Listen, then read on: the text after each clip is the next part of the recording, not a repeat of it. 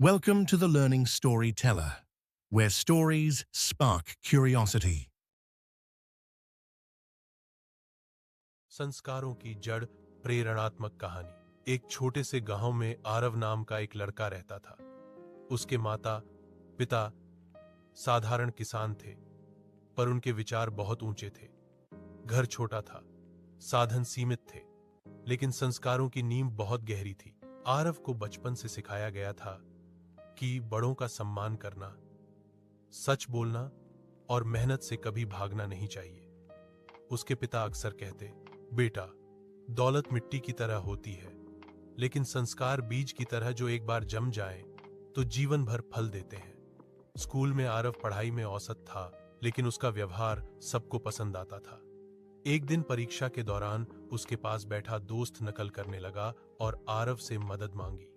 आरव के सामने दो रास्ते थे, दोस्ती या ईमानदारी। उसने धीरे से कहा, माफ करना, गलत रास्ते पर मैं साथ नहीं दे सकता। दोस्त नाराज हो गया, लेकिन आरव का मन शांत था। परिणाम आया तो वही दोस्त फेल हो गया और आरव पास।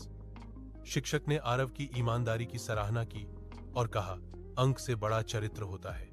समय बीतता गया। आरव शहर में नौकरी करने लगा।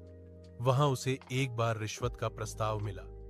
बड़ी रकम थी, लेकिन उसे अपने पिता की बात याद आ गई, संस्कारों की जड़। उसने साफ मना कर दिया।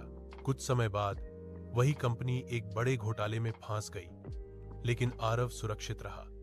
उसकी ईमानदारी के कारण उसे नई और बेहतर नौकरी मिली। आरव समझ चुका था कि बचपन में बोए गए संस्कार ही जीवन की सबसे मजबूत जड़ होते हैं। अगर जड़ मजबूत हो तो आंधी भी पेड़ को गिरा नहीं सकती।